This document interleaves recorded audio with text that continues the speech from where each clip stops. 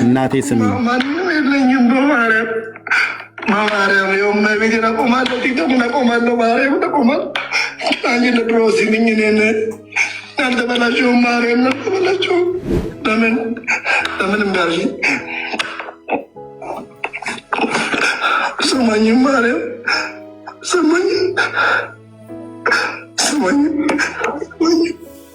ሰማኝም እኮ አሰማኝም። ሙርሲ እንዴት ነህ? ሰላም ነው? አባ ብለን የምንጮህበትን አባ አባት ብለን የምንጮህበትን የልጁን መንፈስ ሰጠን ይላል። እዚህ የማይልልሃል ተቃጥላች ይሄው የኛም አለ ብላለች እንደዚህ ብላለች ብላችሁ አሁን ይሄን ልጅ አንድ አጀንዳ ያደረጋችሁ ሰዎች አሁን ይኸውልህ መልእክት ተልኬ ነው። እሺ ብሩኬ መልእክት ተልኬ አለ። ምን አጠፋው? እኔና ምን አጠፋው? እኔ ምን በደልኩት? ያለኝን አካፌ ጉርባበለው ማርያምን ያለኝን አካፌ ነው ማበለው። ማንንም ብቻን በልቻላት በምን ግን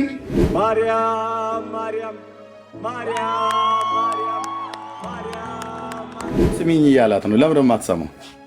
ንስሐ ስላልገባ ለማን ነው ንስሐ የሚገባው? እኛ ቤት እኮ ይኸውልህ አማኑኤል ነው የሚመለከው። እናንተ እኮ ስለምትፈሩ ነው። በቃ አማኑኤል ሲባል መድኃኔዓለም ሲባል ትፈራላችሁ፣ አትችሉም። መንፈሱ ይጨንቃችኋል። እኛ ጋርማ እንዴ እናንተ ጋር እኮ እኔ ታሳዝኑኛላችሁ። ብሩኬ በእናትህ በጣም ነው የምታሳዝኑኝ። የምሬን ነው የምላችሁ። ለበደል ኃጢአታችን ሞቶ ከሙታን ተነስቶ ወደ ሰማያት አድርጎ በአባቱ ቀኝ አለ። አሁን እድሜው በኢትዮጵያ ካላንደር እድሜው 2018 ዓመት የሞላው አምላክ ሰው በአብ ቀኝ አለ።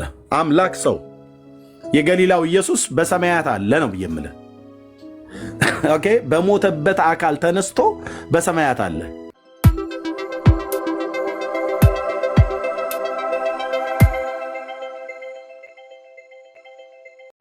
ያለቅሳል እና ህዝባችን በእንደዚህ አይነት ሊሰሙ ከማይችሉ የሰው እጅ ስራ ከሆኑ በሰው እጅ ከተሳሉ በሰው እጅ ከተቀረጹ ቅርጻ ቅርጾችና ስዕሎች ጋራ በመጽሐፍ ቅዱስ አስተምሮ ጣዖታት ብሎ ከሚላቸው ጋራ ግልጽ የሆነ መንፈሳዊ ግንኙነት እናደርጋለን ብሎ በሚል ትሰማናለች፣ ይሰማናል፣ ይሰሙናል፣ ይሰማኛል፣ ታናግረኛለች፣ ያናግረኛል፣ እናናግራቸዋለን ብሎ በሚል ህዝቡ ለእንደዚህ አይነት ለባዕድ ልምምድ ተላልፎ እንዲሰጥ እንግዲህ ምክንያት የሆኑ ሰዎችና ቤተክርስቲያን አሉ። እግዚአብሔር አምላክ ይድረስላቸው። በጣም ነው የሚያሳዝነው በእውነት አሁን የዚህን ሰው ቪዲዮ ቀጥዬ ሳሰማችሁ ታዩታላችሁ። በጣም ነው የሚያሳዝነው። እና ለዚህ ህዝብ ነው ወይ ወንጌል የማይሰበከው? ለዚህ ህዝብ ወንጌል አትስበኩ ብለው የሚሉ ሰዎች ምን አይነት ሰዎች እንደሆኑ ማወቅ አለባቸው። በተለይ ደግሞ ከኛ አቅጣጫ ያሉ ምንም መሰበክ አያስፈልገውም፣ ጌታ ራሱ በጠራቸው ጊዜ ይምጣ ብለው የሚሉ አንዳንድ ሰዎች ገስት ልካችሁ ሳስወርዳችሁ ድጋሚ የምትልኩ ሰዎች ያው በብሎክ ከዚህ ቤት ለመሰናበት ፈልጋችኋል ማለት ነው። በራሳችሁ ላይ ነው የፈረዳችሁት ማለት ነው። ገስት ልካችሁ ሳስወርዳችሁ መልሳችሁ የምትልኩ ሰዎች ኦርቶዶክሳውያን አማኞች ካሉ ናቸው፣ አርዕስቱ የሚመለከታቸው ሰዎች ካልሆኑ በስተቀር የምትመጡ ሰዎች ብሎክ ለመደረግ ፈልጋችኋል። ቴንክ ዩ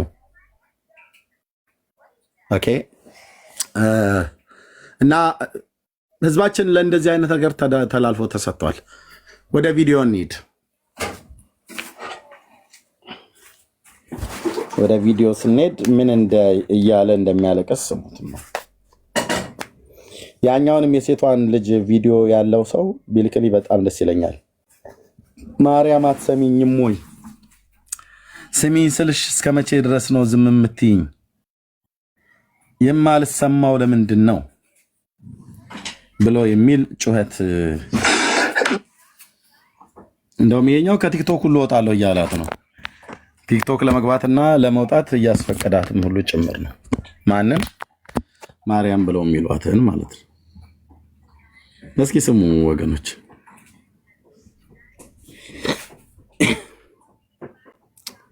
ኦኬ ኦኬ ኦኬ ኦኬ ኦኬ ኦኬ ኦኬ እዩ ምን እንደሚል ስሙት።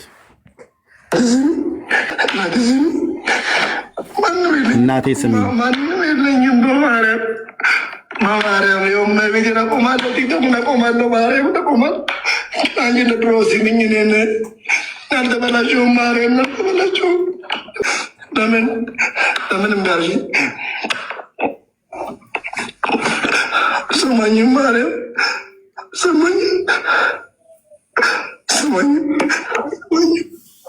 ስማኝም እኮ አሰማኝም ሙርሲ እንዴት ነህ? ሰላም ነው?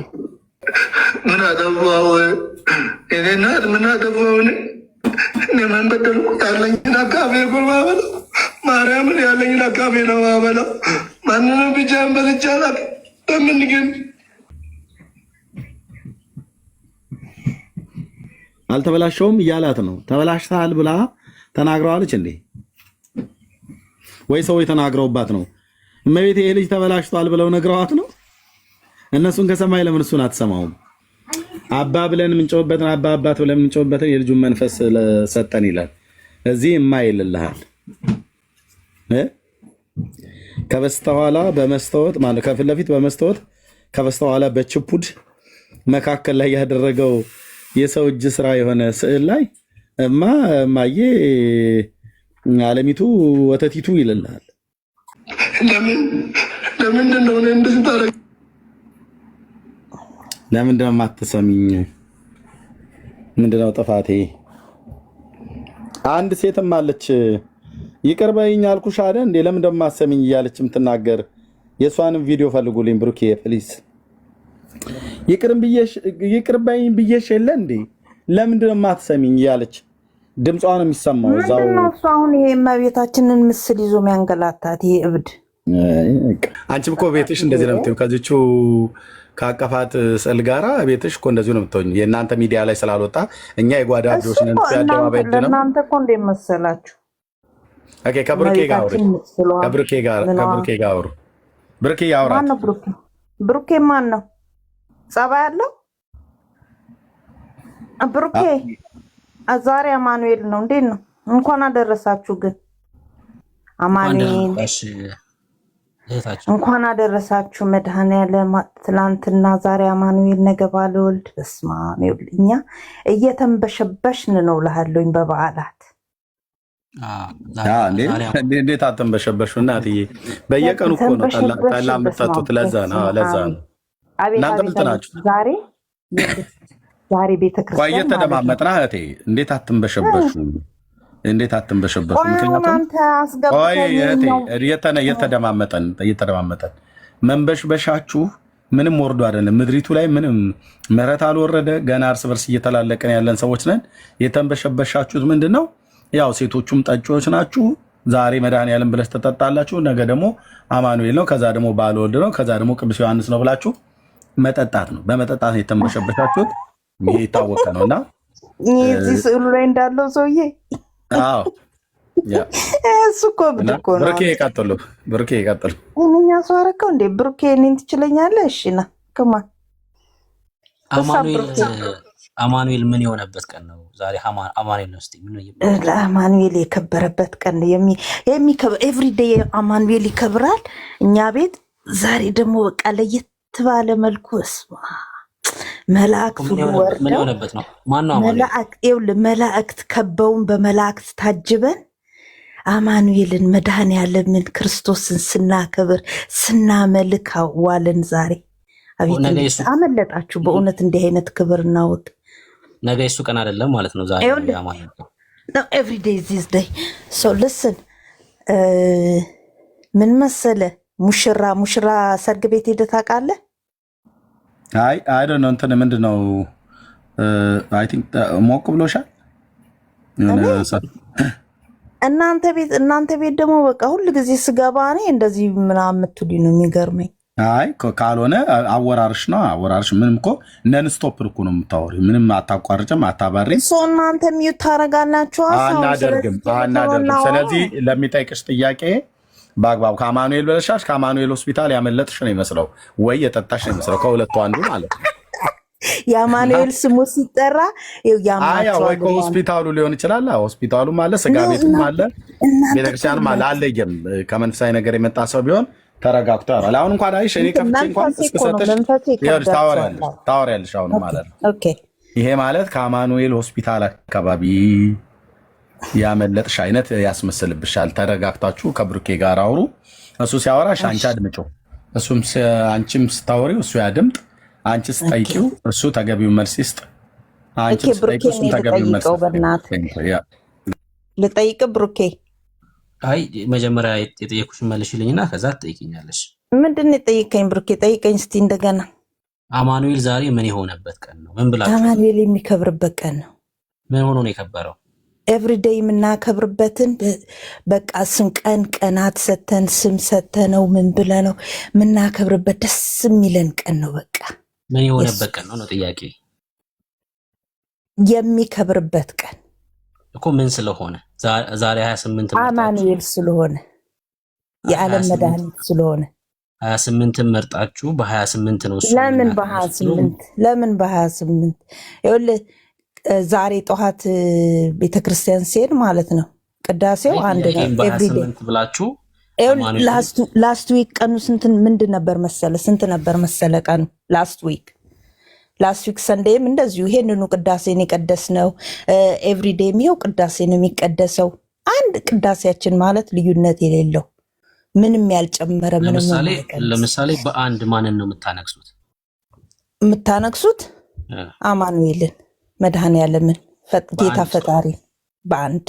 አዎ በሁለትም በሶስትም እስከ 30 የምታነግሱት የምናነግሰው የምናመልከው። ለምሳሌ በአንድ አማኑኤል ነው።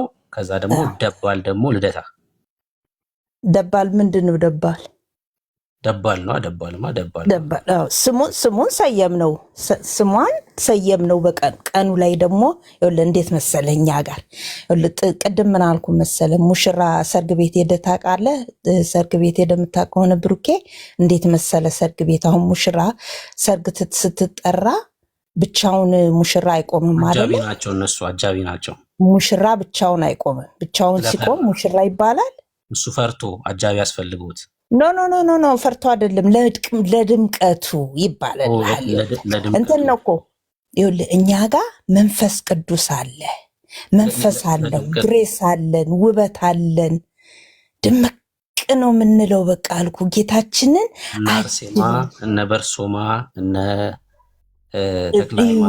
በስማም ጠራችሁ። ወይኔ እነሱ ለድምቀቱ ገብተው ነው ማለት ነው እንዴ? በቃ አክባሪ ናቸው አልኩ። አንቺ ዙሪያውን ከበውት ይኸውልህ በመላእክት ታጅቦ ጌታችንን በመቤታችን ታጅቦ። ለድምቀቱ መች ነው የምትገቢው አንቺ? ምን አልከኝ? አንቺስ መች ነው ለድምቀቱ የምትገቢው? እንዴ እኔ ያለው እኮ እዛው እኮ ነኝ። አንቺስ በስንት ነሽ ታዲያ አንቺ? እንደሱ ካልኳችሁ ደግሞ ተቃጥላችሁ ይሄው የኛም አለ ብላለች እንደዚህ ብላለች ብላችሁ አሁን ይሄንን ልጅ አንድ አጀንዳ ያደረጋችሁ ሰዎች አሁን ይኸውልህ መልዕክት ተልኬ ነው። እሺ ብሩኬ መልዕክት ተልኬ አለ። በ9 ሁኚ በቃ አንቺ ከአርባቱ እንስሳ ጋር በ9 ሁኚ። እኛ ቤት እኮ ይኸውልህ ከአማኑኤል ነው የሚመለከው። እናንተ እኮ ስለምትፈሩ ነው። በቃ አማኑኤል ሲባል መድኃኔዓለም ሲባል ትፈራላችሁ፣ አትችሉም። መንፈሱ ይጨንቃችኋል። እኛ ጋርማ እንዴ እናንተ ጋር እኮ እኔ ታሳዝኑኛላችሁ። ብሩኬ በእናትህ በጣም ነው የምታሳዝኑኝ። የምሬን ነው የምላችሁ። አሁን በህይወት ላለ ሰው ሲያዝን ማለት ነው እንዴ እኔ እኮ በቃ እናንተ ነጠላችሁን ቀርጣችሁ እንደዚሁ በቃ አንድ ቀን እንኳን ፈጣሪን ሳታመልኩ ፈጣሪን ሳታውቁት መድኃኔዓለምን ሳታውቁ የፈጠራችሁን አምላክ ሳታውቁ እንደዚሁ ብቻ በቃ እንደባዘናችሁ መሞታችሁ ነው የሚያሳዝነኝ። ታውቂዋለሽ እንዴ? እሺ ይሰማሻል ፈጣሪሽ? እንዴት ነው እሱም አይሰማኝ? ወደ ማርያም ጸልያለሽ? አሁን ይሄ ወንድም እኔ ወደ ማርያም አልጸልይ። ምን የምጸልየው ለአምላኬ ለፈጣሪ ነው። እመቤቴ ቅድስት ድንግል ማርያም ደግሞ እመቤታችን ቅድስት ድንግል ማርያም ደግሞ አስጨርሽኛ አንዴ ቆይ ጥያቄን አስጨርሽኝና ኦኬ ገሄድ አልሰማሽኝም እያለ ነው እሱ። አሁን አንቺ እንደዚህ አስደርጊልኝ ብለሽ ጠይቀሻት አታውቂም? ማንን? ማርያምን እላታለሁ። ምን አለበት እመቤቴ አማላጂ ንግስቲቷ እናታችን ቅድስተ ቅዱሳን ንጽሕተ ንጹሐን ጌታዬ ታማልደኛለች። ስፈልግ ጸልያለሁ። እኔ ስፈልግ እሷን ጠራታለሁ። አምላኬ ካልመለሽልኝ ጥያቄን ሰምተሽ አስቸጋሪ ነው የሚሆነው። አንተ ደግሞ በጸሎት ማለት መጠየቂያት እሷን ማንን? ማርያምን በጸሎት ማለት እንደዚህ አስደረጊልኝ ብለሽ መጠየቂያት እመብርሃን ለእኔ ትጸልይልኛለች። አንቺ እሷን እንደዚህ አስደረጊልኝ ብለሽ በጸሎት ጠይቂያታለሽ ወይስ አትጠይቂያት? እኔ እመብርሃንን እጠይቃታለሁ እኮ። በጸሎት ነው ወይስ ደውለሽ ነው የምጠይቂያት? ደብዳቤ ነው የምትልኪው? በምን አይነት መልኩ ነው የምጠይቂያት? አሁን እኔ በጣም ይውልቅ እንትን ፕሮቴስታንት ጓደኞች አሉኝ እና ሰሞኑን ትነግሪናለሽ። አንዴ ጠይቁሽ መልእክት ልከውኛል። አንዴ እሱ ልናገር መልእክቶችን ትነግሪናለሽ። ቆይ ይሄን ጨርሺና ከዛ ትነግሪናለሽ። ሰማሻለሁ። በምን መልኩ ነው የምትነግሪያት? በጸሎት ነው? በስልክ ነው ወይስ መታ ነው የምትሰማሽ? እሷ አንቺ ጋር ተገናኝታችሁ ታውቃላችሁ ወይ? በምን መልኩ ነው የምታወሩት? ቴንኪዩ። እሱ አንተን አያገባ። እኔ በምን ላናግራት? በስልክ ላናግራት? በመልእክት ላናግራት? ደብዳቤ ልጻፍላት? ቤቷ ልሂድ? ደጇ ልሂድ? የት ልሂድ? አምላኬን መድኃኔዓለምን እናትህን ጥራልኝ ልበለው? ምን ልበል? ምንም አያገባችሁ። ይህ የእኛ ቤት ጉዳይ ነው። እኛ የምንኮራበት የማናፍርበት የምንመካበት እምነታችን ነው። እሱማ እኛም ብለናል። ቀድመንም እኮ የቤታችሁ ጣጣ እንደሆነ እናውቃለን። ግን እሺ አሁን ይሄን ስታደርጊ አንቺ የትኛው የእግዚአብሔር ቃል ይሄን እንድታደርግ ያዞች ነው ወይስ እንዲሁ ከአያቶቻችሁ ወርሳችሁት ነው? ይሄ ነው ይሄ እዚህ ቤት ውስጥ አሁን እናንተ ቤት ውስጥ ኦርቶዶክሶች አሉ እንደ በእናትህ ኦርቶዶክስ ካለ ከኦርቶዶክስ ጋር ነው ማውራት የምችለው። ምክንያቱም እንደ መሰለ ኦርቶዶክሳውያን መጽሐፍ ቅዱስ አላቸው። መጽሐፍ ቅዱስ ያነባሉ። እናንተ መጽሐፍ ቅዱስ የላችሁ። መጽሐፍ ቅዱስ አታውቁም፣ አታነቡም። አንቺ ታነቢያለሽ አይደል? እኔ ኦርቶዶክስ ነኝ። እኔ ቤተ እምነቴ ኦርቶዶክስ ተዋህዶ ይባላል። ቤተ እምነቴ ግን ቆይ ለምንድን ነው ግን ፈሳሽ ለምንድን ነው? ቆይ እህታችን ለምንድን ነው ፈሳሽ ያበዛሽው? ያን ፈሳሽ ለዚህ እኮ ነው ተንበሽብሸናል አልሽ። ይኸው መንበሽበሽሽን በንግግር እኮ ገለጥሽልን። በመንፈስ ቅዱስ ታጥበሽበት ነው የመጣሽው። ይሄ መጠጣት አይባልም። ምክንያቱም ቢሆንሽ ጥያቄ ስጠይቅሽ ሁለቴ ሶስቴ እንኳን በክሬሽ በፍጹም ምላስሽ ሊቆም አልቻለም። እኔ እኮ እናንተ ቤት ስገባ ብቻ ነው እንደዚህ አይነት ንግግር ሆነ። ሌላ ቤት በጣም ሰላም ሰው ነኝ። በልቻለው ከተንበሸበሸች ጋር ነው ተወጣው። እንግዲህ መድኃኒዓለም ይርዳህ። ጓደኞች አሉኝና መልእክት ልከውኛል። እሱን ልናገር አንዴ። ማን ናቸው እነሱ? ፕሮቴስታንት ጓደኞች አሉኝ። መልእክት ልከውኛል። የምሬ ነው። ለመሰለ ምን ብለው መሰለ የላኩኝ እነዳን ለቢኒ አንቺን መልእክት አድርሽልን አሉሽ አይደል? ፕሮቴስታንት የሆኑት ወንድሞች ከነፈንሽ እነሱ ራሳቸው ይናገሩ ነው። ራሳቸው ይናገሩ። ምንም ለመሰለክ እኔን የሚታረኩሽኝ አረስቱ ላይ ታወሪያለሽ። ከመቼ ወዲህ ነው ደግሞ የኛ የወንጌል አማኞች ስርዓት ያዥሽ? መቼ ነው ደግሞ አሁን ዝም ብሎ በጠላና ባረቄ የምትንበሸበሽ ኦርቶዶክሳዊ መልእክት ብለው የሚልኩት? ስራም አልጠፋባቸውም። የኛ ወንድሞች ቴክስት ያደርጋሉ፣ ይደውላሉ። አንቺ ማን ነው ተበላለክ ያደረገሽ? አንቺ የገባሽው አርእስቱ ላይ አውሪ። ያው ግን ፈሳሽ አታብዢ ለወደፊት። ይሄው ነው። ይሄንኑ ህይወት ወዳችሁ ነው አረቄና ጠላ ከመጠጣችሁ። የእናንተ ቤትን የምመጥነውን አይነት አነጋገር ነው የምናገረው። ኦኬ። ስለዚህ አሁን ተረጋግተሽ እንትና ልከውኛል፣ እንትና ደግሞ እንደዚህ አለችኝ፣ እንትና ደግሞ እንደዚህ ብለው ከዛ ምናምን ብሎ እሱን ወሬ አንፈልግም። አረስቱ ላይ አውሩ። ማርያም ለምንድን ነው የማትሰሚኝ? ምን አጠፋው እያለ ነው። አንቺን ማርያም ትሰማሻለች? ከሰማችሽ ኦኬ። እሱን ስለምን የማሰማው ምክንያቱ ምንድን ነው? እሱን አብሩ ከብሩኬ ጋር። ብሩኬ ከአረስት እንድትወጣ አትፍቀድላት። እሺ በመቀስ ሰዓት እኮ ነው የሚልክ። ገብተዋል አይደል? አሁን መጽሐፍ ቅዱሳዊ ማስረጃ ቅድም ለተናገርሽው አንተ አትችልበትም ብሩኬ አትችልበትም። ማነክ እንትና ተመለስለት። ግን ኤኒዌይ ልጆቹ ምንድን ነው ያሉት? ይኸውልህ ብሩክ አዳምጠኛ እንዴ ፕሊዝ። ልጆቹ ምንድን ነው አሁን ምን መሰለሽ ልናስወርድሽ እንችላለን አይደል? አክብረንሽ እያወራን ስለሆነ አለውኝ የራሳችሁን ያስገባችሁኝና እኔ ደግሞ ወርድልሃለሁ። ወንጌል አስተምሩንም እነዚህ ያው አስወረድኩሽ፣ አስወረድኩሽ። ገስት ልከሽ ነው የገባሽው። ሲጀምር በስርዓት ካልወረድሽ ደግሞ ትወርጃለሽ ማለት ነው። ትወርጃለሽ። የሚያወራ ሰው ገብቶ ያወራል ማለት ነው። እሺ ሌላ ኦርቶዶክሳዊ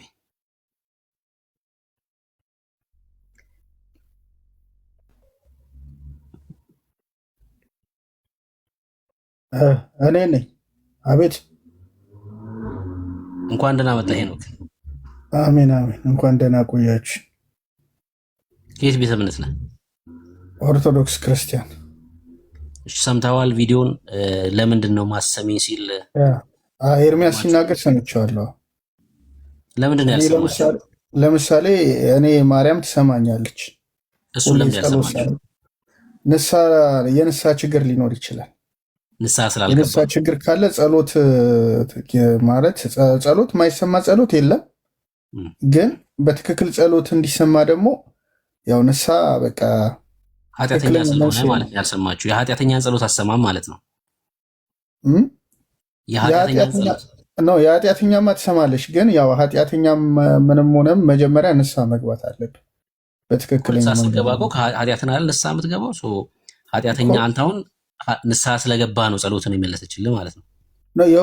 አሁን ለምሳሌ ጸሎት ስታረግ ያው ታረጋለህ፣ ጸሎት ትሰማለች። ግን ትክክለኛው አንተ የምትፈልገው ነገር እንዲደረግልህ አንደኛ ነገር ያው እግዚአብሔር የራሱ ጊዜና ሰዓት፣ ሁለተኛ ነገር ደግሞ ያው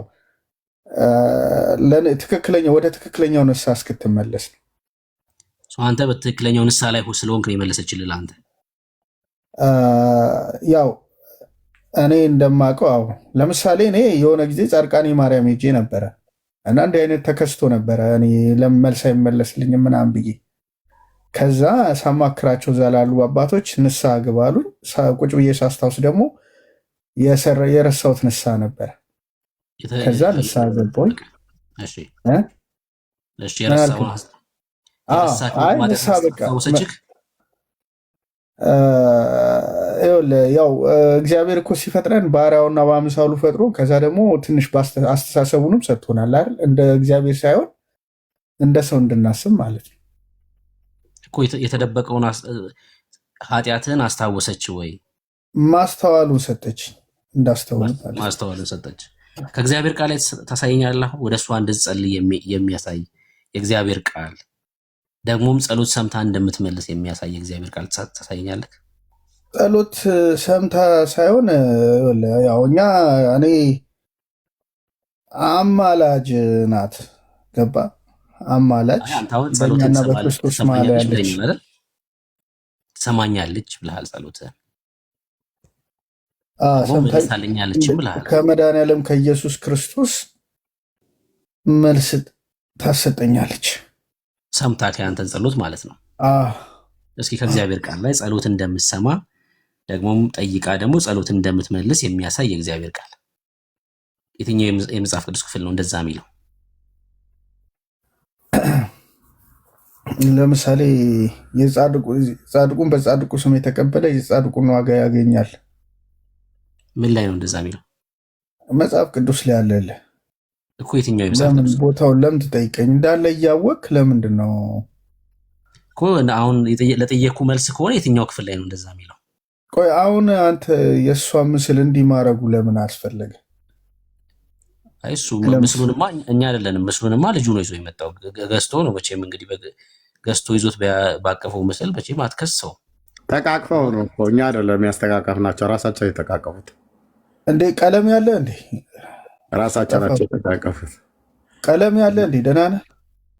ስለዚህ ያው ስሚኝ አትስሚኝ ድብደባ ላይ ነው፣ ለቅሶ ላይ ነው ትውልዱ ማለት ነው። በአንድ ጎን ቢያሳዝነንም ህዝቡ በአንድ ጎን ደግሞ በቃ ምድራችን ላይ የተሰበከ ክርስትና ይሄ ነው። ለምን አትሰሚኝም ማርያም? ለምንድን ነው የማትሰሚኝ? ምን አጠፋው ብሎ ሚል ማለት ነው። ከዚህ የባሰ ውድቀት የለም። ስለዚህ ከመንፈሳዊ ግልሙትና ውስጥ ውጡ። እግዚአብሔር መንፈስ ነው። በእውነትና በመንፈስ የሚሰግዱለትን ጌታ ይፈልጋል። ኦኬ። በሰው እጅ የተቀረጸ ቅርጻ ቅርጽና የተሳለ ስዕል ፊት ቆማችሁ ስትሰግዱ፣ ወደዛ ስትለምኑ፣ ወደዛ ስትጸልዩ፣ ከዛ ጋር ስትተሻሹ በሙሴ ሕግ መጽሐፍ እንደተጻፈው ትረክሳላችሁ። መርከስም እኛ የምናውቀው ጌታችን ኢየሱስ ክርስቶስን የወለደች እናቱ ቅድስት ድንግል ማርያም የእሷ ልጅ አድጎ 33 ዓመት ሆኖት በመስቀል ላይ ተሰቅሎ ለበደል ኃጢአታችን ሞቶ ከሙታን ተነስቶ ወደ ሰማያት አድርጎ በአባቱ ቀኝ አለ። አሁን እድሜው በኢትዮጵያ ካላንደር እድሜው 2018 ዓመት የሞላው አምላክ ሰው በአብ ቀኝ አለ። አምላክ ሰው የገሊላው ኢየሱስ በሰማያት አለ ነው የምልህ። ኦኬ። በሞተበት አካል ተነስቶ በሰማያት አለ። ተዋት እንጂ ልጁ አስታምር ይሰራል ብላችሁ ነው የለ? ይሄ ህፃን ልጅ ምን ታምር ይሰራል? ህፃን ያቦካው እንትና አይበቃም እንደሚባል ማለት ነው። ኢየሱስ ህፃን አድርገህ እስከዛሬ ድረስ ስለህ ትቀልዳለህ አይደል? በጌታዬ ላይ ታላግጣላችሁ እናንተ በስዕል ኢየሱስን ህፃን አድርገህ በመሳል ዛሬም ታላግጣለህ።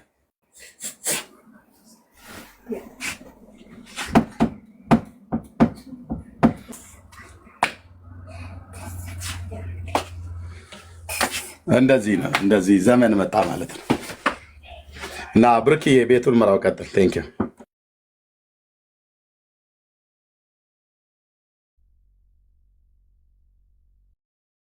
እሺ እርምዬ፣ የእግዚአብሔር ቃል እኮ ነው እንደዛ የሚለው አይደል? ስለ ግልሙትና ሲነሳ የእግዚአብሔር ቃል ነው።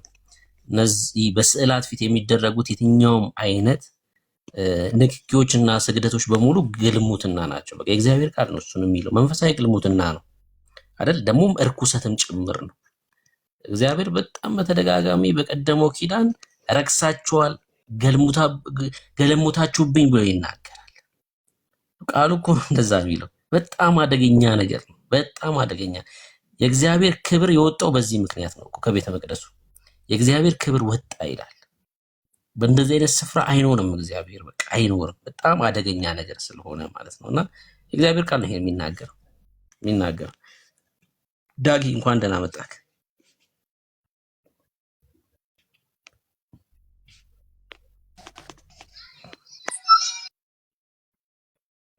ዳጊ አለክ? ያስወርድ ነው ካላወራክ። መጀመሪያ ይሰማል። ጥበብ እንዴት ነህ? ይሰማል። ትሰማለህ? ከየት ቤተ እምነት ነህ? ሰላም ነው፣ እግዚአብሔር ይመስገን። ከየት ቤተ እምነት ነህ? ኦርቶዶክስ። እሺ፣ ለምን አትሰሚኝም? ለምን አትመልሽልኝም? ይላል ወንድማችሁ። ጸሎት ሰምታ መመለስ ትችላለች እንዴ ማርያም? እሺ፣ ያንተ ፓስተር ሶፍት በልተህ መመለስ ይችላል እንዴ? አይ የኔ ፓስተር አይደለም ሲጀምር። ደግሞም ታቀበል እንዴ? ታቀበል እንገር እንጂ እግር ይልሳል፣ ልሶ ይመለሳል፣ ንፍጥ ይበላል። ሰማሁ። አሁን እኮ ችግሩ ምንድነው መሰላችሁ? እናንተ ችግራችሁ መጀመሪያ ሶፍት ይኸውልህ እኮ ልዋይ ስለሆነ እየነገርኩ መሰለኝ እኮ መጀመሪያ የልጅ ነገር አረከው። አሁን ይኸውልህ ሶፍት አበላ ፓስተራችሁ አልክ አይደል? ስህተት ነው አልኩ። በቃ አለቀ እኮ። ተሳስቷል አንቀበለውም ካልኩ አለቀ በቃ። የማልቀበለውን ነገር ከዛ ማልቀስ ነው የሚሆነው ማለት ነው። እኔ ካልተቀበልኩት ትክክል ነው ብል ነበር የምሞግተው። ካልተቀበልኩት ትክክል ካልሆነ ሰውየው አለቀ ማለት ነው። እንደዛ ማድረጉ ትክክል አይደለም አልኩክ። አሁን ወደ ሐሳቡ አንተ ደግሞ ትክክል ነው ብለው ወደምታምነው ሙግት እንሂድ። እንደዛ አይሻልም? ኪነ ጥበብ አንሚዩት አድርገውና አንተ ደግሞ ወደምትቀበል ትክክል አይደለም ካልከኝ አንተም መሞገት አይጠበቅብህም። ወደ ማርያም መጸለዩ ትክክል አይደለም ካለም ማሰብኝ ማለቱ ትክክል አይደለም ካልክ አንተም በቃ ትክክል አይደለም ብልሃል አትሞግትም። ትክክል ነው ብለህ ካመንክ ደግሞ እንደ እግዚአብሔር ቃል ማስረጃ ታቀርብና ደግሞ ተሞግተኛለህ ማለት ነው። አይ መጀመሪያ አንተ ጋር ማውራት የምችለው የንፍጡን መጀመሪያ መልስልኝ። ትክክል ነው ወይስ አይደለም? አንተ አትቀበለውም፣ ሌሎቹ ግን ይቀበላሉ። ጨርስና ና ንፍጡን ጨርስና ና። እንደዛ ነው የሚሻለው ወዳጄ። አይ ኦርቶዶክስ። እሺ ሌላ ሐሳብ ላይ ማውራት የሚችል ሰው ወይ እንደኛ ትክክል አይደለም እንደዚህ አይነት ነገር ሲደረግ ትክክል አይደለም ብላችሁ መሞገት እኮ ነው ፊት ለፊት። ወይ እናንተ አትሞግቱ ፊት ለፊት አትቃወሙ። እውነት ነው ብላችሁ ታምናላችሁ። ካመናችሁ ደግሞ ለዛ ማስረጃ እኛ ትክክል ያልሆነውን ትክክል አይደለም። ዘይት ይሸጣል አይደል? ትክክል አይደለም። እኔ ያ ትክክል አይደለም ካልኩ በቃ እኮ አለቀ። መተብንም ለቅሶ ነው የሚሆንበት። እኔ ካልተቀበልኩት ይሄ ልምምድ ትክክል አይደለም መደረጉ ካልኩኝ አለቀ በቃ። ምንም ልክ ነው ብለህ ነበር ከእግዚአብሔር ቃል ላይ ማስረጃ አስጠኝ። እኔም ስለምቀበለው ማለት ነው። እኛ ደግሞ ክርስቲያኖች ነን። አየህ ትክክል ያልሆነ ነገር ፊት ለፊት እንናገራለን። እንደዛ ነው። እሺ ሌላ ኦርቶዶክሳዊ በሐሳብ ማውራት መሞገት የሚችል ኦርቶዶክሳዊ እሺ ና ሳሚ ግባ። እሺ ፓስተር አሁን ያልከውን ለማለት ነበር። በሐሳብ ላይ ቅድምም አይተህ እንደሆነ ለማላገጥ ነው የገባችው። ይሄኛውም ቅድምም ገብቶ አሁንም ገብቶ የሚረባ ነገር ይዞ አይመጣም። እኛ እዚህ ቁጭ ያልነው ወደ እግዚአብሔር ቃል ተመለሱ። ማርያም ጸሎት ትሰማለች ወይ? ከመጽሐፍ ቅዱስ መናገር የሚችሉ ከመጽሐፍ ቅዱስ ከእግዚአብሔር ቃል። ለምን ክርስቲያን ከእግዚአብሔር ቃል በእግዚአብሔር ቃል ነው የሚመዘነው። እና ህዝብም እየሳተ ነው እናንተም ተሳስታችኋል ካልን አይ አልተሳሳትንም፣ የእግዚአብሔር ቃል እዚህ ቦታ ላይ እንዲህ ይላል የሚል መጽሐፍ ቅዱስን አንብቦ የሚያውቅ እግዚአብሔር ቃል የተደገፈ መልስ መስጠት የሚችል ሰው ብቻ በሀሳብ ላይ የሚሟገት። አሁን ደስ የሚል እኮ ነው። ይቺ ሶፍቷ ነገር ሁሌ ያነሷታል፣ ልክ አይደለም እየተባለ አሁንም ያነሷታል፣ ልክ አይደለም። ያሳዝናል። ደግሞ አሁን ከሚወዷትና ከሚያመልኳት ጋር ይቺን ሶፍት ማንሳት ራሱ እኮ ያን ያህል መልስ እንደሌላቸው ነው የሚያሳየው። እና ፕሊዝ ህዝብ እየሳተ ነው። ህዝብ ወደ ጣዖት አምልኮ እየሄደ ነው። በአደባባይ ስዕል አቅፎ እያለቀሰ ነው። ልክ አይደለም። ምን እንዴት ታዩታላችሁ የሚለውን መልስ ለመመለስ ቢገቡ ጥሩ ነው። ቁም ነገር ይዘው ያ ልክ ነው። ግን ምንድነው መልስ የለውም እኮ አይደል? ይሄ መልስ የለውም። ያምኑታል እንጂ መጽሐፍ ቅዱሳዊ ማስረጃ የላቸው። ይቀበሉታል። አንደኛው ነገር ምንድነው? አያነቡም። የእግዚአብሔር ቃል አያነቡም። እውነት በቃ በድፍረት የምናገረው ይሄን ነው። የሰሙትን ነው መጥተው የሚነግሩን። እኛ ህይወታችን ነበር እኮ እንደዛ ነበር እኮ። ለመሞገት የሆነ ጥቅሶችን ይዘን እንመጣና ተኮስ አድርገን ከዛ እንደዛ ነበረ። ከእግዚአብሔር ቃል ጋር ያላቸው ቆይታ ጊዜ እንደሚታወቅ ነው። አይነበብም። የእግዚአብሔር ቃል አይነበብም።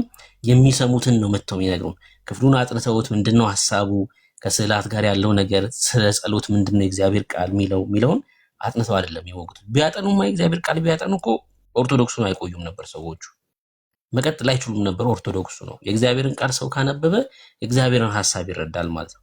ለምሳሌ መዝሙር 65 ጋር ይደርሳል። የእግዚአብሔርን ቃል እያነበበ ያለ ሰው ጸሎትን ወደምሰማ ስጋ የለበሰው ሁሉ ወደ አንተ ይመጣል። እዚህ ጋር ሲደርስ ምን ይላል ማለት ነው? ጸሎትን አይሰሙም ማለት ነው። እነዛ አይደል? ጸሎትን እነዛ መስማት አይችሉም። ጸሎት የሚሰማው ማን ነው? እግዚአብሔር ነው ማለት ነው። ማን ነው ወደሱ የሚመጣው? ስጋ የለበሰው ሁሉ፣ ሰው ሁሉ ማለት ነው። የተአምራት ባለቤት እርሱ ብቻ እንደሆነ፣ ከሱ ውጭ ተአምር ማድረግ ማንም እንደማይችል የእግዚአብሔር ቃል ይናገራል። ከዛ በማርያም በኩል ድናለሁ ብሎ ተስፋ ያደርግም ማለት ነው። ሰው የማድነው እኔ ብቻ ነኝ ይላል እግዚአብሔር። እሱም ብቻ ይከተላል ማለት የእግዚአብሔርን ቃል ሰው ማንበብ ሲጀምር ምን ይሆናል ማለት ነው? ክርስቲያን ነው የሚሆነው። ክርስቲያን ነው የሚሆነው። ከስዕል ጋር ሲተሻሽ አይውልም። ከስዕል ጋር ሲተሻሽ አይውልም። እሺ በጣም እኮ ነው የሚያሳዝነው። ያው እስኪገቡ ድረስ እንወያይበት። መሀል መሀል ላይም አሰሙ ምንድን ነው ይሄ ሰው እንኳን ዝም ብሎ ለመሳደብ የሚገባ ነው። እስቲ ብሩ እንግዲህ ከብሉይ ኪዳንም ከአዲስ ኪዳንም እንግዲህ ብሉይ ኪዳን ማለት የአባቶች የጸሎት ልምምድ አለ፣ የነቢያት የጸሎት ህይወት አለ፣ የእስራኤል የጸሎት ህይወት አለ። እንደ ክርስቲያን ከወሩን ደግሞ እንደ ቤተ ክርስቲያን የሐዋርያት የጸሎት ህይወትና የጸሎት ጥያቄ አለ። የኢየሱስ የጸሎት ትምህርት አለ ስትጸልዩ ብሎ ሉቃስ 11 ላይ እና ተሳስታችኋል፣ አይ አልተሳሳትንም ካሉ ግን ይናገሩ። በጣም ነው የሚያሳዝነው። እግዚአብሔርን እንግዲህ ጌታ ኢየሱስ ምን አለ? ይህን ትውልድ በምን እመስለዋለሁ አለ። አንድ ጊዜ በጣም በቃ እንዲያደረግን ከበሮ መታና አታለቅሱም እንደዚህ የሚልበት ክፍል አለና እንደው አምላክና ፍጡርን አሁን በእርግጥ እቺ አሁን ይሄ ሰው ይዟት ያለው ማርያም የመጽሐፍ ቅዱሷ አይደለች።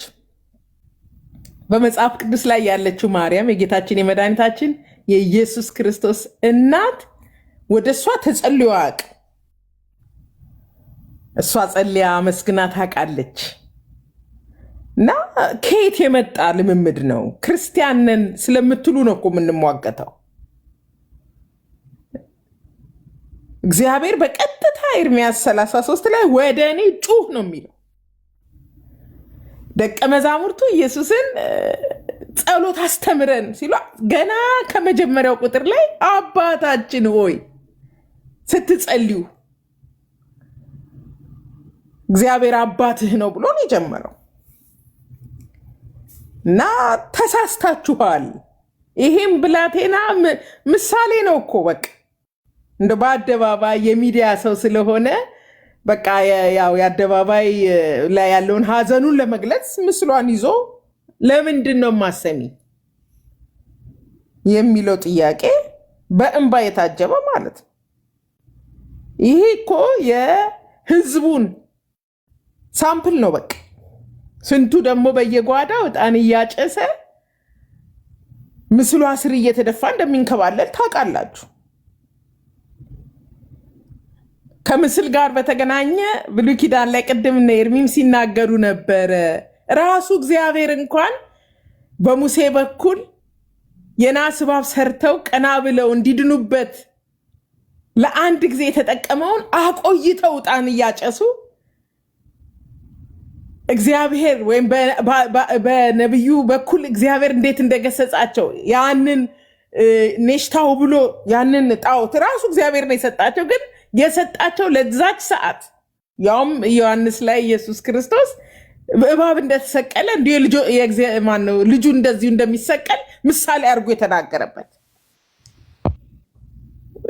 ኑ እንነጋገር፣ ህዝቤ እውቀት ከማጣቱ የተነሳ ጠፍቷል ይላል የእግዚአብሔር ቃል። እውቀት ከሌለ ብርሃን የለም፣ እውነትን የምትይዙበት መንገድ የለም። እና ትራዲሽናል የሆኑ ብዙ ከእግዚአብሔር ከአምላክ እንግዲህ ወደ እሱ በቀጥታ ከመጮ ይልቅ እንዲህ ወደ ፍጡራን በአደባባይ ያሳፍራል፣ በጣም ያሳፍራል። አትሸሸጉ፣ ራሳችሁን አትዋሹ። ኑ በእግዚአብሔር ቃል እንነጋገር ነው የምንላችሁ። እና ብሩኬ በጣም ነው እንግዲህ ይሄ ነገር የሁሉንም በየጓዳ ያለውን ነገር በአደባባይ ይሄ ልጅ አውጥቶታል። መነጋገር አለብን። ጨዋ ሰው መጥቶ ያናግረን።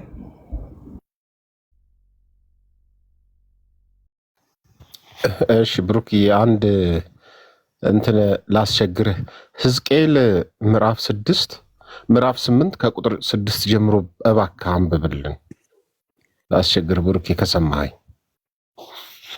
እሺ የእግዚአብሔር ክብር የወጣበት ማለት ነው። ምዕራፍ 8 አንብበው እስቲ እና እንዴት አይነት ለስዕል ስሎ መስገድ እንዴት አይነት ታላቅ ኃጢአት እንደሆነ እዛ ላይ በቀላሉ ማየት ትችላለህ።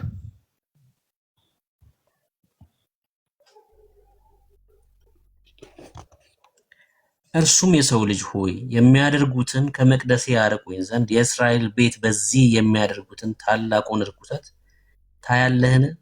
ደግሞም ተመልሰ ከዚህ የበለጠ ታላቅ ርኩሰት ታያለህ አለኝ። ወደ አደባባዩም መግቢያ አመጣኝ። ባየውም ጊዜ እነሆ በግንቡ ውስጥ ፉካ ነበረ። እርሱም የሰው ልጅ ሆይ ግንቡን ንደለው አለኝ። ግንቡንም በነደልኩት ጊዜ መዝጊያ አገኘው። እርሱም ግባ፣ በዚህም የሚያደርጉትን ክፉውን ርኩሰት እያለኝ። እኔም ገባሁ። እነሆ በግንቡ ዙሪያ ላይ የተንቀሳቃሾችና የርኩሳን አራዊት ምሳሌ የእስራኤልንም ቤት ጣዖታት ሁሉ ተስለው አየው። በፊታቸውም ከእስራኤል ቤት ሽማግሌዎች 70 ሰዎች ቆመው ነበር። በመካከላቸውም የሳፋን ልጅ ያእዛንን ቆሞ ነበር። ሰው ሁሉ እያንዳንዱ በእጁ ጥናውን ይዞ ነበር። የዕጣኑም ጢስ ሽቱ ይወጣ ነበር። እርሱም የሰው ልጅ ሆይ እሺ አየሁ አይደለም ተስሎ ነበረ። የእስራኤል ጣዖታቶች በቤተ መቅደስ ውስጥ ተስሎ ነበረ ብሎ ይናገራል። ይህ ታላቅ ኃጢአት ብሎ ነው የሚጀምረው። የትኛውም አይነት ስዕል በግልጽ የእግዚአብሔር ቃል ኃጢአትና በደል እንደሆነ፣ በእርሱ ፊት አጸያፊ እንደሆነ፣ እስራኤልን ከእግዚአብሔር ፊት ያሸሸ እንደሆነ በግልጽ ይናገራል። ይሄን አስተምሩም እነዚህ ሰዎች። በጣም የሚያሳዝነው ነገር እኔ ብሩክ ምንድነው መሰለ፣ እቺ ሀገር እንደዚህ መቀጠሏ እስካሁን ድረስ በዚህ ድንቁርና እና ጨለማ ውስጥ እንዴት እንደቀጠለች ሁሉ ይገርመኛል። እንዴት እንዳሳለፍኩት ሁሉ ይገርመኛል። እንዴት እንዳደግን አገር ሆነን እንዴት እንደቀጠለን ሁሉ ይገርመኛል። የእውነቴን ነው ማወራና እስቲ እዚህ ጥቅስ ላይ ሂድበት ብሩክዬ። አመሰግናለሁ። ይሄን ለማለት ነው። ተባረኩ። ልውረድ፣ አስወርደኝ። ተባረክ። ቅድምም ሳነሳው የነበረው ይሄን ነው። ኤርሜ በጣም ብዙ ጊዜ ይሄን ጥቅስ ያነሳዋል። ሕዝቅኤል መጽሐፍ ምዕራፍ 44 ከማርያም ማህፀን ጋር አያይዞ ያነሱታል አይደል? አይደለም በጭራሽ አይደለም በጭራሽ። ሕዝቅኤል የተመለከተው ይሄን ነው። በቃ የእግዚአብሔር ክብር ወጣ ይላል። ምን ብያችኋለሁ? ሕዝቅኤል መጽሐፍ ምዕራፍ 8 ማለት ነው። ጣዖታት ባሉበት እግዚአብሔር የለም። ስዕላት ባሉበት በኢትዮጵያ ኦርቶዶክስ እግዚአብሔር አለ ካልከኝ ሞኝነት ነው። አንተ ስዕል አቅፍ እየተሻሸ እግዚአብሔር ከኔ ጋር ነው ካልከኝ እንዴ በጭራሽ። አንተ ጣዖት እያመለክ እንዴት እግዚአብሔር ከአንተ ጋር ይሆናል? ስዕል እየተሻሸ ግልሙትና ውስጥ ሆነህ እንዴት እግዚአብሔር ከአንተ ጋር ይሆናል? ምንድነው ቁጥር 6 ላይ የሚለው? የሚያደርጉትን ከመቅደሴም ያርቁኝ ዘንድ ነው የሚለው። ከመቅደሱ ምን የእግዚአብሔር ክብር ወጣ ነው የሚለው አይደል? ከቤተ መቅደስ የእግዚአብሔር ክብር ወጣ ነው የሚለው ወጣ ነው የሚለው እና አደገኛ ልምምር ነው። ስግደቱ በምንድን ነው? ስዕሉ እንኳን ቢቀደድ አያስፈልግም። ስዕል ከዚህ በኋላ በኢትዮጵያ ኦርቶዶክስ ቢባል ቢታወጅ እንኳን በመንፈስ የሚደረገው ስግደት ራሱ ጣዖት አምልኮ ነው ወዳጄ። ለፍጡር በመንፈስ አይሰገድም፣ ለአምላክ ነው በመንፈስ። ዮሐንስ ወንጌል መጽሐፍ ምዕራፍ 4 ይህን ስለሚናገር አደገኛ ነገር እኮ ነው። ይህን እንዴት አታስተውሉም? በጣም አደገኛ ነገር ነው። ስግደቴን በመንፈስ ትቀበለኛለች ብለህ እያመንክ ነው ያለው። ስግደቴን በመንፈስ ይቀበለኛል ሚስተር ኤክስ የተባለው ጻድቅ እያልክ ብለህ ነው እያመንክ ያለው። ኢየሱስ ኢየሱስ አትልም። አሁን ይሄ እኮ ነው ትልቁ ችግር። ኢየሱስ ኢየሱስ በል። ጣፋጭ የሆነ ስም፣ ህይወት የሆነ ስም፣ ነገርን የሚቀይር ስም፣ የዘላለምን ህይወት የሚሰጥ ስም፣ ካለህበት ችግር የሚያወጣ ስም ኢየሱስ ኢየሱስ በል ወዳጄ። እናትህ ስትወልድህ ማርያም ማርያም ሊሉ ይችላሉ ሰዎች፣ ግን ማርያም ማርያም ስለተባልክ አይደለም የተወለድከው። ልጆች የእግዚአብሔር ስጦታዎች ናቸው አይደል? መዝሙር መጽሐፍ 127 ይናገራል። ማርያም አንተን ልታግዝ አትችልም፣ እናትን ልታግዝ አትችልም። የመወለድ ምክንያት አይደለችም ማርያም። አያገባትም፣ አታውቅም። ሲጀምር እኮ አታውቅም። አንተን እዚህ ምድር ላይ መኖርህን እንኳን አታውቅም። ኖቫ ነው ስሙ። ኖቫ የሚባል ሰው ይኑር አይኑር አታውቅም ማርያም። ሌላ ኦርቶዶክሳዊ መወያየት የሚችል እኛ ለምን እንቃጥላለን? እናዝንልሃለን እንጂ በጣም ነው የምናዝንልህ። ምን ያቃጥለናል? ግን በጣም ነው የምታሳዝነን ወንድም አለም። ያለህበትን ቦታ ስለምንመለከት እናዝንልሃለን። በሞት መንደር ውስጥ ስለሆነ ያለኸው እናዝንልሃለን። እውነት ይመስላል አይደል? ያለህበት ቦታ እውነት ይመስላል ምናምን፣ ግን በቃ በሞት መንደር ነው ያለው እና በጣም ነው የምንወድህ፣ በጣም ነው የምናዝንልህ። ወደ ህይወት እንድትመጣ እውነተኛውን መንገድ እንድትከተል ስለአንተ እንጸልያለን እንጂ ለምን እንቃጠላለን? እኛ እየጠራህ ያለው ስም የሚያቃጥል አይደለም፣ የሚያቃጥል ነገር የለም። እኛ በእኛ ዘንድ ኢየሱስ ሲባል የሚያቃጥል መንፈስ የተቀበልከው አንተን እንጂ እኛ ጋር ምን ያቃጥላል? ግን እናዝንልሃለን። ያለው ሰፈር የሞት ሰፈር የሞት መንደር ስለሆነ ማለት ነው። ኤልያስ ገብተሃል? ኤልያስ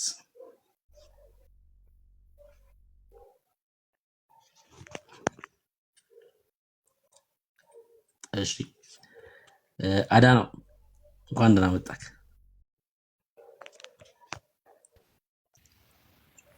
ሰላም ጸጋ ይብዛላችሁ። ይሰማል አይደል? አዎ፣ ትንሽ ከፍ አድርገው ትሰማለህ። ሁላችሁንም ሰላም ብያለሁ። ጸጋ ይብዛላችሁ። እየሰማሁ ነበር። ያው እኛ ጋር ሌሊት ስለሆነ ብዙ ለማውራት አይመችም።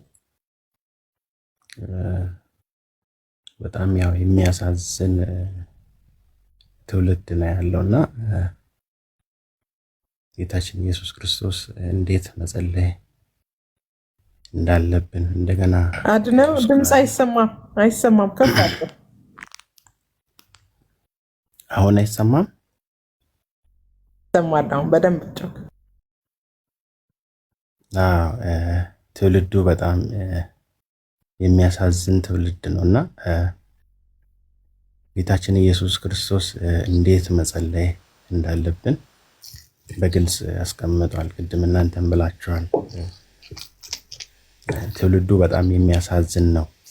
ምክንያቱም በጣም የመጽሐፍ ቅዱሳዊ የሆነ በጣም ይሄ የስህተት ትምህርትና ልምምድ ምን ያህል ከባድ እንደሆነ የምናይበት ነውና በጣም በጣም በጣም ነው የሚያሳዝነው። ምክንያቱም መልስ ለማይሰጥ፣ ለማይሰማ፣ ለማይናገር ስዕል ጣዖት ማለት ነው። እነዛ ትንቢተ ዳንኤል ላይ እኮ በግልጽ ለጣዖት ስገዱ በሚባልበት ዘመን አንሰግድም ብሎ የእሳትን ኃይል አጥፍተዋል።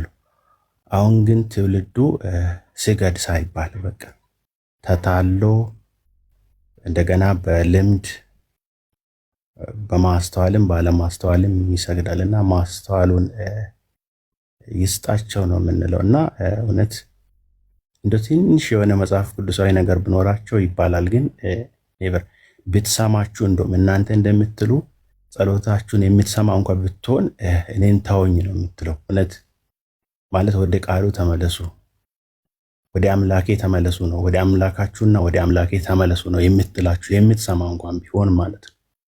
እና ከዚህ ከተረታ ተረት ውጡ። ቱ ቢሆንስት በቃ እውነት ለመናገር እኛ ጋር ያሉ ፓስተሮች፣ አገልጋዮች አብዛኛዎቹ ከናንተው ቤተ እምነት እግዚአብሔር እውነት ገልጦላቸው የመጡ ናቸው። ባላንስ አርጎ እግዚአብሔር ማስተዋል አብዝቶላቸው ጸጋ አብዝቶ መንፈሱን አፍስሶላቸው ተባርኮ የመጡ ናቸው። በደንብ ግራና ቀኙን የሚያውቁ ናቸውና ብትመለሱ በቃ ከእንደዚህ አይነት ተረታ ተረት ብትወጡ ምንም ስዕል የሚሰማው ነገር የለም። እኔ እውነቴን ለመናገር ድሮ ሮብ ትምህርት ነበረኝና ካቶሊክ ቤተ እምነት በነበርን ጊዜ አንዱ አይ ቲንክ ዳይቆኖ ሲያስተምረን ተአምር ብሎ በስዕሏ ፊት ሰገደ እና ላቡን ወርዳ ጠረገች ምናምን አለ። በጣም ልጅ ስለነበርኩ እኔ ስዕሉን አላገኘውም እንጂ እኔ ራሴ ልጨፍር ነበር በስዕሏ ፊት። ግን በሰዓቱ ቤታችንም አልነበረም ስዕሉ፣ እግዚአብሔር ይመስገን። እና ህፃናት እንኳን እኛ ጋር ያሉ ወንጌላውያን ላይ ያሉ ህፃናት እንኳን ያውቃሉ የመጽሐፍ ቅዱስን ትምህርት። ምክንያቱም ጤነኛ የሆነ ትምህርት ስለሚማሩ፣ ጤነኛ እድገት ስለሚያድጉ ማለት ነው። ከህፃን እስከ አዋቂ፣ ከታላቅ እስከ ታናሽ ለማይሰማ ለማይናገር ስዕል መስገድ ማለት ይሄ በጣም ጸያፊ ነው በእግዚአብሔር ፊት ማለት ነው።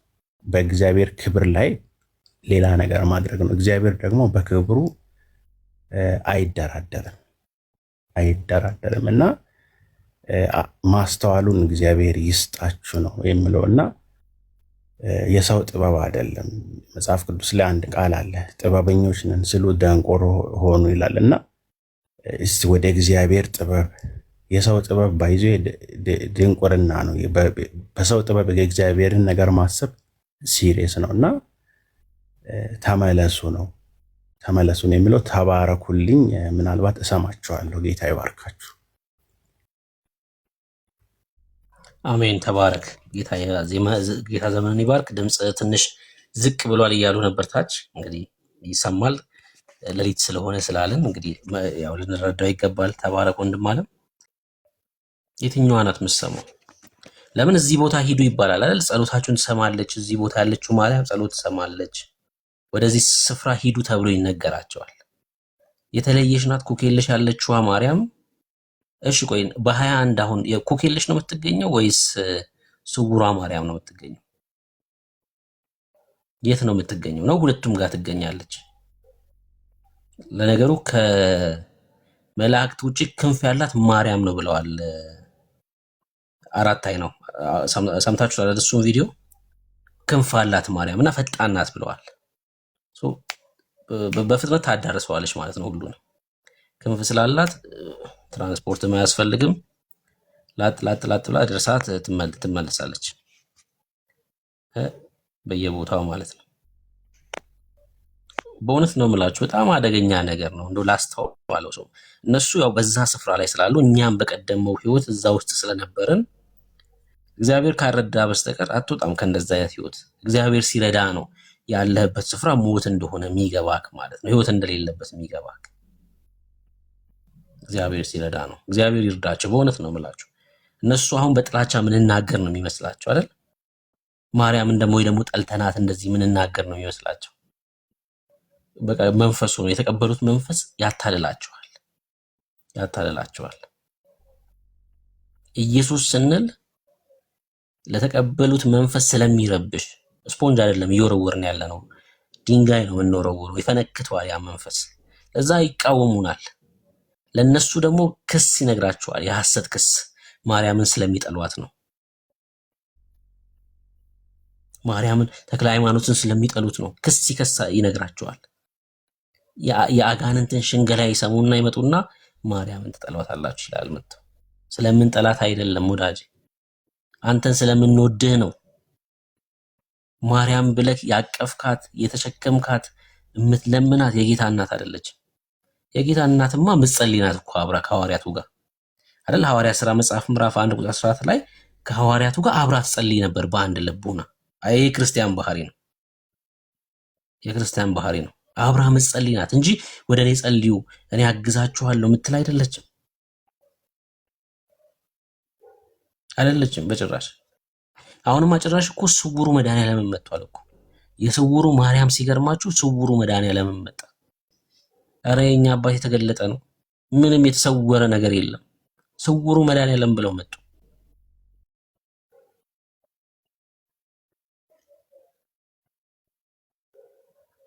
ጌታ ይርዳችሁ። በእውነት ያላችሁበት ስፍራ አደገኛ ነው፣ በጣም አደገኛ ነው። እግዚአብሔር ላይ ነው ተስፋችሁ ማድረግ ያለባችሁ። ጸሎት የሚሰማው እሱ፣ የሚመልሰው እሱ፣ ህይወት የሚቀይረው እግዚአብሔር ነው። በእግዚአብሔር ቤት ውስጥ ከፍና ዝቅ የለም አይደል? ጻድቃንን ሁላችንም በእግዚአብሔር ቤት ውስጥ ሁላችንም በክርስቶስ ኢየሱስ ደም የጸደቅ ነው። የኔና የማርያም ጽድቅ እኩል ነው ወይስ አይደለም? ክርስቲያኖች የማርያም ጽድቅ ይበልጣችኋል? ማርያም በጽድቅ ትበልጣችኋለች ወይ? እስኪ ንገሩኝ ክርስቲያኖች፣ ንገሩኝ እዚህ ውስጥ ያላችሁ ክርስቲያኖች። ማርያም በጽድቋ ትበልጣችኋለች እናንተ? ማርያም በጽድቋ ትበልጣችኋለች?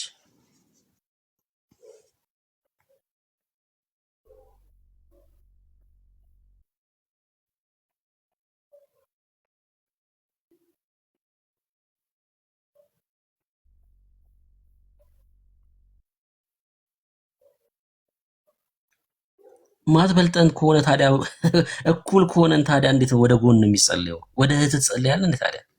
ማርያምና እኛ በጽድቅ እኩል ነን ካለን እህትማማቾች ነን ማለት ነው። እህትና ወንድም ነን ማለት ነው በእግዚአብሔር ቤት ውስጥ። ታዲያ እንዴት ወደ እህት ትጸልያለህ? እኩል ነው። አይገርምም? ኮሜንት ላይ የጻፉት የሁላችንም የክርስቲያኖች እምነት ነው። ጽድቃችን እኩል ነው። የሚበላለጥ ጽድቅ የለም በእግዚአብሔር ቤት። ምክንያቱም ጽድቅ ስራ ስላልሆነ፣ ጽድቅ ከኛ ስላልሆነ። ጽድቅ ከኛ ቢሆን ኑሮ እንበላለጥ ነበር። ለምሳሌ ጳውሎስ በጽድቅ ይበልጠኝ ነበር ብዬ እናገር ነበር እኔ በድፍረት ማለት ነው። የጳውሎስን ተጋድሎ ተመልክቼ እኔን ስመለከት ጳውሎስ ይበልጠኛል በጽድቅ እላለሁ። ጽድቅ ግን በተጋድሎ አይደለም፣ በመሮጥ አይደለም፣ በአገልግሎት አይደለም፣ በደም ስለሆነ ሁላችንም በእግዚአብሔር ፊት ጻድቃን ነን። ጽድቃችን ይበላለጣል? ኧረ በጭራሽ። ኧረ ማርያም እኔም በጽድቅ አትበልጠኝም፣ ጳውሎስ በጽድቅ አይበልጠኝም። አሁን ይኸውልህ አጋንንቱ ትዕቢተኛ፣ ምን አይነት ትዕቢተኞች ናቸው እያለክ ነው፣ እየከሰሰ ነው። ውሸታም ነው። እሺ አዎ፣ አንተም ስትመጣ እኩል ነው የሚሆነው ጽድቃችን ከማርያም ጋር። የአንተም ጽድቅ ከማርያም ጋር እኩል ነው የሚሆነው ወንድም ማለት ነው። የሚያጸድቅህ ኢየሱስ ክርስቶስ ስለሆነ ማለት ነው። ደሙ ስለሆነ የሚያጸድቅ ደሙ ስለሆነ የሚያጸድቅ አንተም እኩል ነው የምትሆነው። ሁለት ኪንግደም ነው እኮ ያለው። በቃ ወደዚህ ወደ ፍቅሩ ልጅ መንግስት ስትፈልስ የእግዚአብሔር ልጅ ነው የምትሆነው። በዚህ ኪንግደም ውስጥ ሁሉም ጻድቅ ነው። ጻድቅ በሙሉ ደግሞ በክርስቶስ ደም ነው፣ እኩል ነው። ሁለተኛው ኪንግደም ደግሞ የዚህ ዓለም ገዢ ሆነው ነው።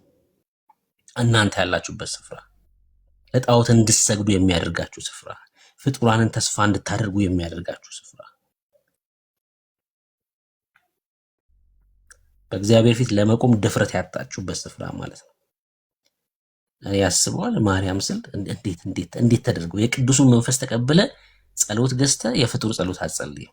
ገዝተ እኮ ነው ጸሎት ገዝተ ከገበያ ጸሎት ትገዛና የገዛው ጸሎት ደግሞ የፍጡር ጸሎት ነው። ማርያም ሆይ ብላ ብላ ብላ ብላ ብላ ብላ ጸሎት ትገዛለህ፣ ጸሎት ገዝተ።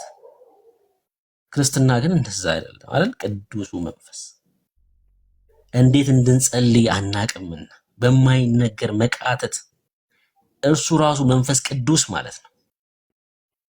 ክብር ለእግዚአብሔር ይሁን፣ ክብር ለእግዚአብሔር ይሁን። ክርስትና ይሄ ነው። ክርስትና ይሄ ነው። ሐመረ እንኳን ደህና መጣክ። እንኳን ደህና ቆያችሁኝ። ሴት ነኝ። ሶሪ። እሺ፣ እንኳን ደህና መጣሽ። እንኳን ደህና ቆያችሁኝ። ያ መልካም ሀሳብ ነው እየተወያያችሁ ያላችሁትና ሁልጊዜ መቼም እዚህ ቤት እውነት እየተነገረ ነው ያለው። አንድ ነገር ማርያም በሚለው ስትነጋገሩ አንድ ነገር ትዝ ብሎኝ እሱን መናገር ፈልጌ ነው። እና እኔ ኦርቶዶክስ ሆኜ በጣም የሰንበት ተማሪ ምናምን ነበርኩና 1988 ላይ ተሐድሶ ተብለን አንዴ ከአዲስ አበባ ከናዝሬት ሐረር ምናምን የተባረረ ጊዜ ያኔ ነው የተባረር ነው ማለት ነው። እና በዛን ሰዓት እኔ በምባረርበት ሰዓት በጣም ቤተክርስቲያን ላይ ፋሚሊ ጠቅላላ አክቲቭ ስለነበረን በጣም ተቃውሞ፣ ሰፈራችን ያሉ ካህናት ምናምን ኃይለኛ ተቃውሞ ይቃወሙን ነበርና ከዛ በአጋጣሚ አንድ አሉ በጣም የሚቀርቡንና ሲያገኙኝ በቃ ካልገደልኩሽ ምናምን አሉኝ። ገና እርሶም ይመጣሉ ይበራሎታል ብርሃን ምናምን ጸልይሎታል ብያቸው ነበርና ቆይተው ታመሙ። እሳቸው በጣም ታመሙና ከዛ በዛን ሰዓት እናቴ አልነበረችም እና የእናቴ ጓደኛ ሲሄዱ ማርያም መታ ለምንድን ነው ከኔ በላይ ልጅን ያደረከው እና ትክክል አይደለህም፣ ህዝቡን እያሳትክ ነው፣ እኔ ያላልኩትን ነው አንተ የምትለው አለችኝ። እና ብላቸው ላይሆን ይችላል ሰውየው ልባቸው ውስጥ እውነት አለ። በጣም ነው ቃል የሚያውቁትና ልባቸው ውስጥ እውነት አለና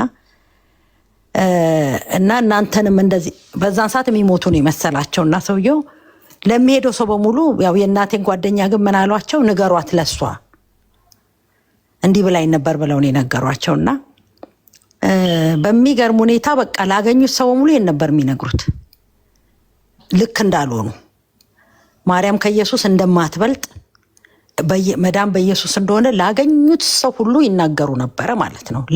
ሊጠይቃቸው ለሚሄድ ሰው በሙሉ እና ጌታ እድል ሰጣቸውና ተመለሰው ሲድኑ ግን ወደ ነበሩበት ተመለሱ። እና ምን ልል ፈልጌ ነው፣ ካህናቶች በደንብ ነው እውነቱን የሚያውቁት። ብዙዎች መምህራኖች እውነቱን ያውቁታል በደንብ አድርገው ማለት ነው። እኛ በራሳችን መምህራኖች ነው እውነት የተነገረን ማለት ነው።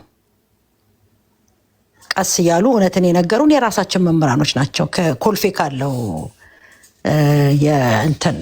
የማታ ትምህርት ጴንጤ በእግዚአብሔር ቃል እየበለጠን ሰውን እየወሰደብኝ ነው እና የማታ ትምህርት መቋቋም አለበት ብሎ የማታ ትምህርት እንዲቋቋም የጠየቀው ያ የኛ የነበረው በጣም ያኔ በጣም መክረር ነበረ እና ያ መቼም እግዚአብሔር ለመልካም ለበጎ አረገልን። በማስመሰል ሳይሆን በእውነት ነበረ እግዚአብሔር የምንፈልገው ቅናትም የነበረን ያንንም አይቶ እግዚአብሔር እድል ሰጠን ማለት ነው። እና አሁንም በዚህ ያላችሁ እህቶቼ ወንድሞቼ ስትቀኑ የእውነታችሁን ቅኑ። ገብቷችሁ ማለት እውነት መስል በቃ ለእንደዛ አይነት ሰዎች እግዚአብሔር ይገለጣል፣ እውነቱን ይገልጣል ማለት ነው። ዝም ብለን ግን የፉክክር በቃ የኛ ይበልጣል የሚል ከሆነ እድሜ ልካችንም በጨለማ ነው የምንኖረው ማለት ነው። እና ይሄንን ነው ለማለት የምፈልገው ማለት ነው። ምክንያቱም እውነትና ብርሃን ያለው የእግዚአብሔር ቃል ውስጥ ነው።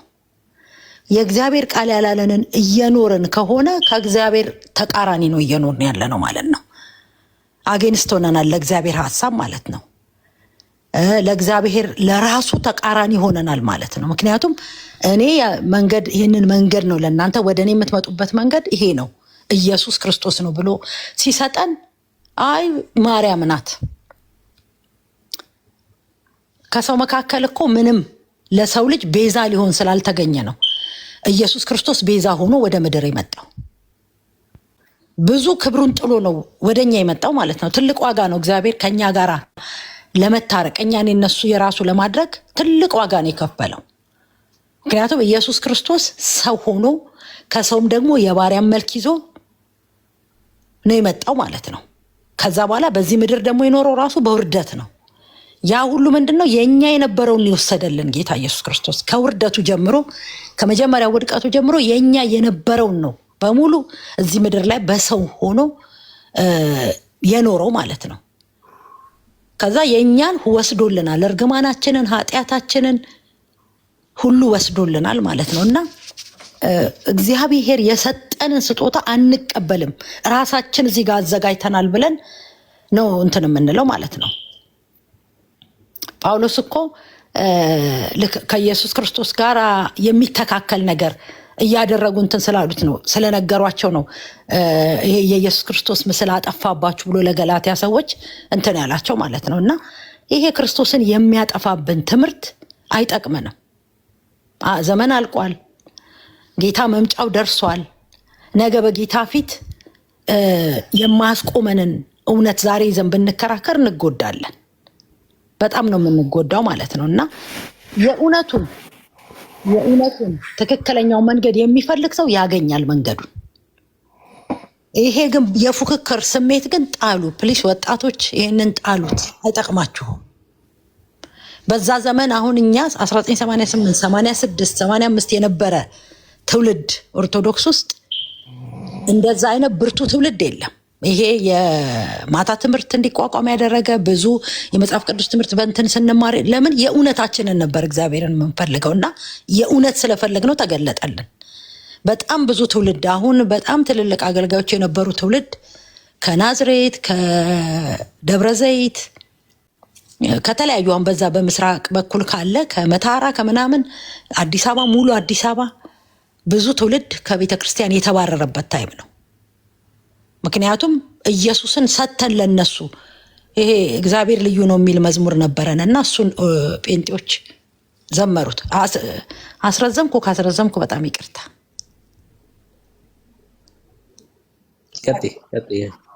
እና ያንን ዘመሩትና እንዳዘምሩት ከዚህ በኋላ የመዝሙር ተወግዟል ሲባል አንዴ ትውልዱ ተነሳ። በቃ በዛን ሰዓት እንዴ ምርጥ ምርጡን ለነሱ ሰተን እነሱ እኮ ጥሩ እንደሆነ ስላወቁ ነው የዘመሩት እግዚአብሔርን የሚያመሰግን ስለሆነና እኛ ምርጥ ምርጡን ለነሱ ሰተን እስከ መቼ ነው ብለን በጣም እንትናለን በዛን ሰዓት ማለት ነው። እና ኢየሱስንም ለነሱ ሰተን እያለን ነበር።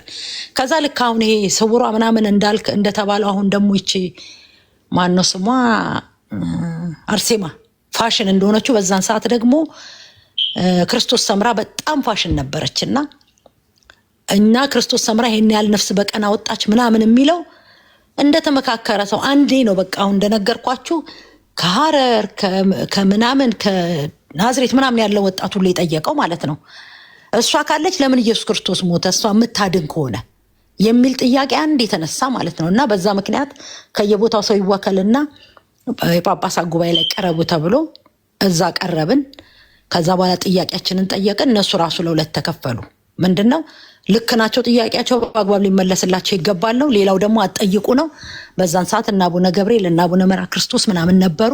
እነሱ ወንጌል እንዲሰበክ የሚፈልጉ ናቸው። ከዛ በዛ ምክንያት በቃ ሂዱና እዛው መልስ ይሰጣቸዋል ተብለን ከዛ በኋላ እንዳትገቡ ተብለን ተወገዝን ማለት ነው። እና በእውነት እግዚአብሔርን ፈልጉ። መዳን ለራስ ነው። አሁን ደህንነት የራስ ነው፣ የግል ነው። በህብረት ደህንነት የለም። በህብረት ህይወት ማግኘት የለም። ህይወት የግል ነው። ሁላችንም በጌታ ፊት ስንቆም በየግላችን ነው የምንቆመው። ኢቭን የእናት አባት የሚባል እምነት የለም። እምነት የራስ ነው። ስለዚህ እኛ አሁን በእኛ ቤት የሚወለዱ ልጆቻችንን እድሜያቸው ሲደርስ በስነ ስርዓት ትምህርት እንዲማሩ ስለ ደህንነታቸው እንዲያውቁ ክርስቶስን እንዲያውቁ ይደረጋል፣ ይጠመቃሉ። ለምንድነው? በግላቸው ጌታን እጃቸውን አንስተው ጌታን መቀበል ስላለባቸው የራሳቸው ጌታ የግል አዳኝ አድርገው መቀበል አለባቸው። እኔ በተቀበልኩት ልጅ አይገባም። ስለዚህ አሁንም የግል ነው። ሞኛቱን ወገኖቼ አምልጡ፣ አምልጡ። ሁሉም እውነቱን ያውቃል። ይሄ ገደል ወይስ ገደል የሚባል መጽሐፍ የተጻፈ ጊዜ አንድ ጓደኛዬ እንትን ውስጥ የሚሰራ ነው እና በጣም አክራሪ ነበረና ያንን መጽሐፍ ያነብና የነሳ አባቱን ይሄድና ቤታቸው ሚስቱን ልጆቹን ይዞ በኋላ ከሚስቱ ጋርም ክፍፍል እንዳይመጣ ቀጥታ ሄዶ የነሳ አባቱን ይሄ ነገር እውነት ነው ወይ? እንድትዋሹኝ አልፈልግም፣ በእግዚአብሔር ስም ነው የምጠይቆት፣ ይሄ ትርጉም እውነተኛ ትርጉም ነው ወይ ሲላቸው አዎ ብለው ነግረውታል። አዎ እውነት ነው፣ በቃ አትረብሽ፣ ለሌላ ሰው እንትን አትበል፣ አንተ በገባ መንገድ ሂድ ብለው ነግረውት እሱ እንደውም ለብዙ ሰው እየተናገረ ነበረና ያውቃሉ ካህናቶቻችን፣ አገልጋዮቻችን፣ መምህሮቻችን ያውቃሉ ብላችሁ ይሄንን እወቁ። ያነቡታል ቃሉን፣ በዚህ ላይ ይማራሉ። አሁን የወጡ ሰዎች እነ መምህር ጌታቸው ምናምን እነሱ የሚተነትኑትን ሌላው ሰው አይተነትንም። ምክንያቱም እነሱ እዛ ሆኖ የተማሩት እውነት ነው፣ የሚያውቁትን እውነት ነው የሚከልሉት ማለት ነው። እና አሁን ቅድም የነገርኳችሁ ካህንም ማርያም እንዲህ ያለችን በህልሜ ብለው ተናገሩ እንጂ ቀድሞ የሚያውቁት እውነት ነው። ስለዚህ በተቻላችሁ መጠን እውነትን በግላችሁ ለማወቅ ለመወሰን ሞክሩ፣ እወቁ። በቃ የእግዚአብሔርን ቃል አንብቡና እውነት ትክክለኛ መንገድ ላይ ነኝ ብላችሁ የሚል ከእግዚአብሔር ቃል ትክክለኛ መንገድ ላይ ነኝ የሚል ካገኛችሁ ቀጥሉ። ግን የእግዚአብሔርን ቃል አንብባችሁ በእርግጠኝነት ልክ እንዳልሆናችሁ እንደምታውቁ እርግጠኛ ነኝና እግዚአብሔር የሰጠን አንድ መጽሐፍ ነው፣ እሱም መጽሐፍ ቅዱስ ነው። አንብቡት፣ እሱን አንብቡት። እግዚአብሔርን ለማወቅ ፈልጉ።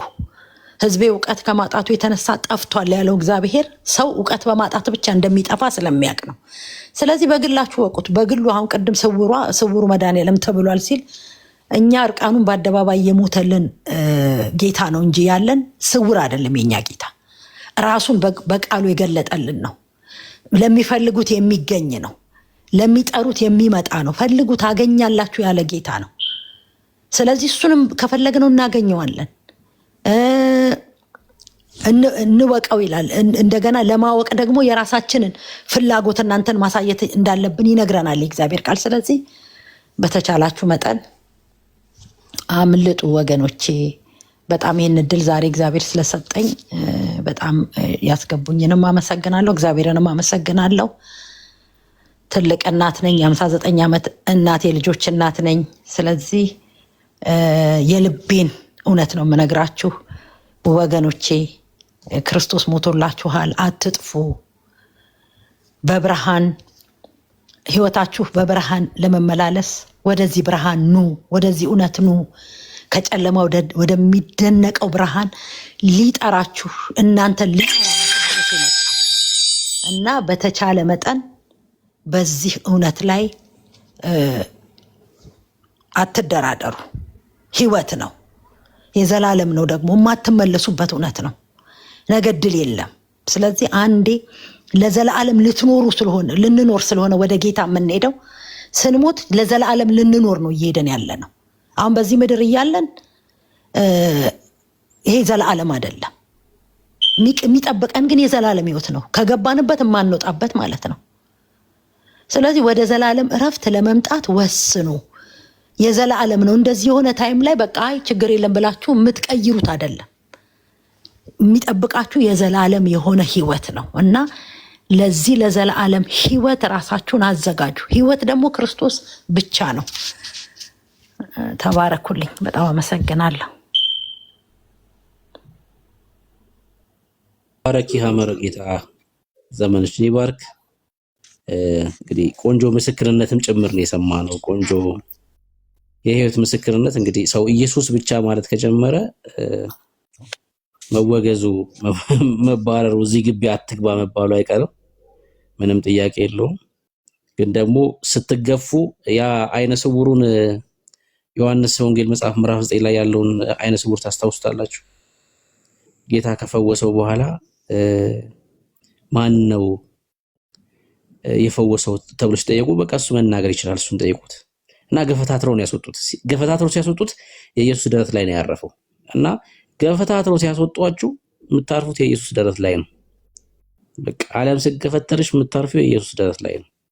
በቃ ታርፋለህ። በቃ ማረፍ ነው የሚሆንልህ እና ክብር ለኢየሱስ ይሁን። ገፍተው ኢየሱስ ላይ ነው የሚጥሏችሁ።